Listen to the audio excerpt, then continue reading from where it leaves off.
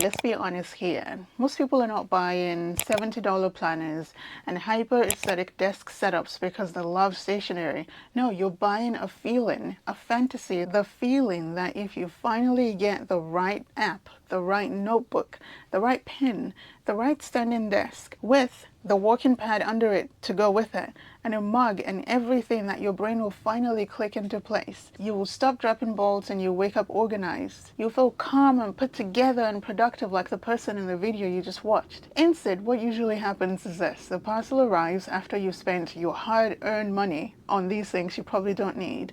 You get a bit of excitement and you start to sort everything and organize and arrange everything, and by tomorrow, everything looks exactly the same. The dishes are still there in the sink. The inbox is still overflowing. The kids are still loud and still needing your attention. They're not going anywhere. The deadlines are still real. They're still there waiting for you to attend to all of these tasks. Now you're not only overwhelmed, you are more overwhelmed and out of pocket with more stuff that you have to manage on your already crowded desk. This is what I want to talk about today, because productivity hauls are getting out of control. They are. They're polished and overpriced and pushed the hardest by people who are completely out of touch with what a normal day or a normal work life feels like. Influencer content and those whole videos can significantly push people's buying decisions, especially when it is framed as must-haves. But almost no one is talking about the cost in mental load, in money, in shame, when those tools and apps and products do not magically fix your life. So in this video, I want to unpack 3 problems with productivity hauls and give you concrete, sound experiments that you can run in your life to get out of that cycle starting today. First problem, productivity hauls sell you an image, not a system. The video is never, here, look, here's a notebook that you can use. No, it is, here's the kind of person you could be if you owned this notebook. You could be calm, you could be minimal, in control, aesthetic, you know, with the soft light and the clean surfaces. Nobody's talking about where your socks are, what happened to the dishes, or what time you've got to go do the laundry. Your brain only sees the nice things, the identity that you could have. Consumer psychology has shown again and again that when we tie our self-worth to acquiring the right things, materialism goes up and your well-being goes down. For a moment there, the haul feels like a shortcut into this new version of you, right? The problem, you're buying the props from someone else's life without importing the structure underneath, if they do have a structure, which I'm hoping that they do have. You don't see the childcare they have, the assistant, the editing team that they have, or the fact that filming is their job. You see the planner, and you assume that if you had those, your 14-hour stacked day will suddenly feel manageable. That's what you think. This leaves you stuck in a loop of, I bought these things, so why am I not like that? Why am I still like this? So your first experiment is this. Before you buy another must-have productivity item, write down 3 things. Number 1, what problem is this actually going to solve in my life? What problem do I have that I need a solution to?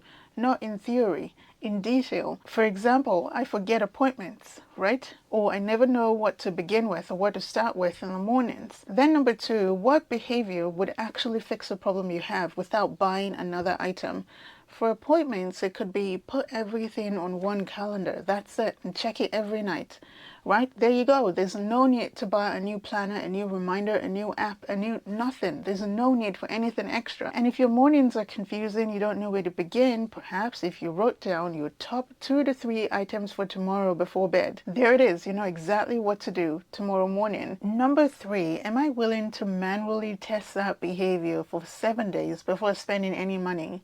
If your honest answer is no, you're not buying a solution. I'm sorry to say, you're buying a feeling. This simple pause cuts through the image that you're trying to take on yourself and forces you to treat tools and apps as optional upgrades to behaviors you already own, not as magic keys to some new personality you cannot wait to unlock. Problem number 2, productivity hauls create clutter.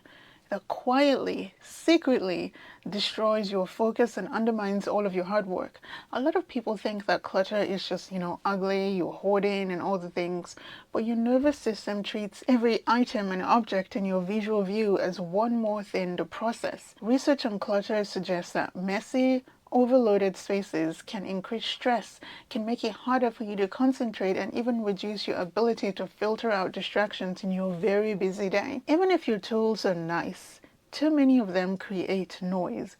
Extra notebooks, stacks of sticky notes, unused planners, 5 pen pots on your table, 3 timers, 4 different apps, each one doing the exact same thing and each one requiring a huge amount of your life to set up before you even get making the thing work for you. Every time you sit down, your brain has to decide and redecide, what one do I use? This is causing decision fatigue.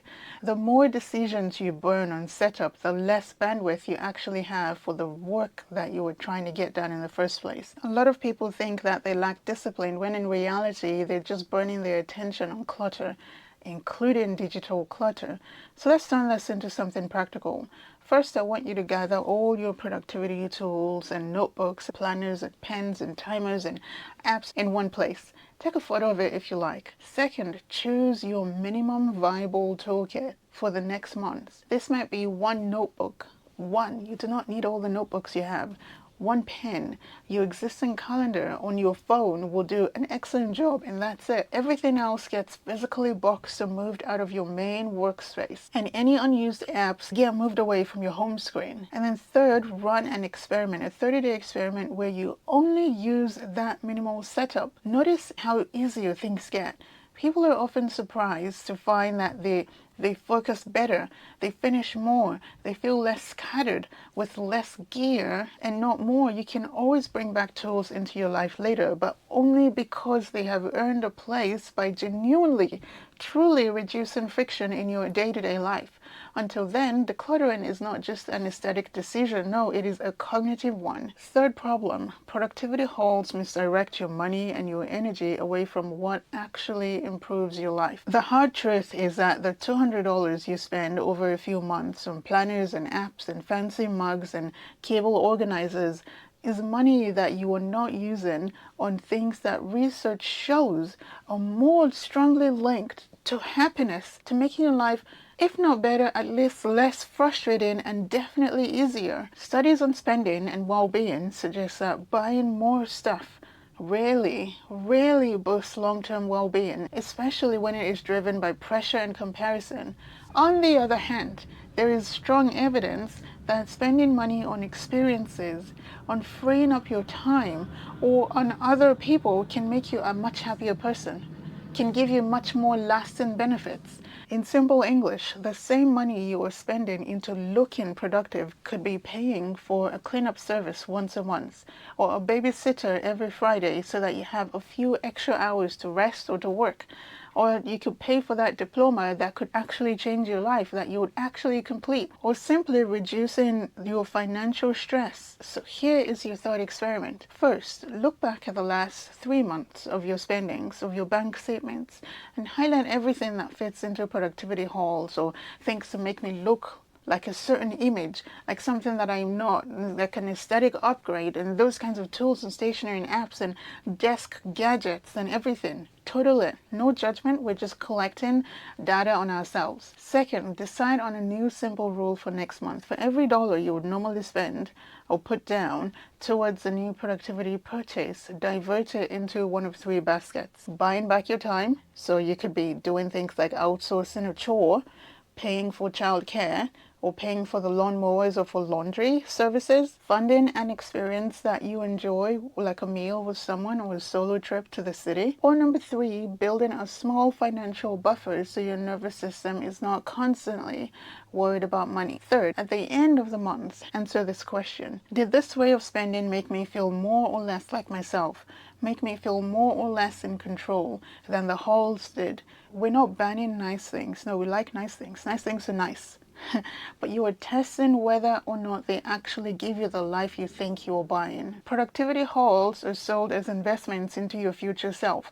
but most of the time they give you a short hit of excitement and a longer, slower hangover of guilt and clutter. You're trying to juggle health and care and work and about 6 different roles every single day. Your problem is not what you do not own. It's not that you don't own the right pen or the right mouse. No, it is that you're trying to run a complex life with systems that were never built for your reality. Now that we've pulled apart how overpriced productivity hauls are messing with your money, your focus, your time, and your expectations, there is a deeper issue we need to face. These trends do not exist in vacuum, in isolation, but they are a part of a much wider social media environment that rewrites what you think normal looks like. The video is right here. I'll catch you there. Thank you so much for watching. Have a great day. Bye.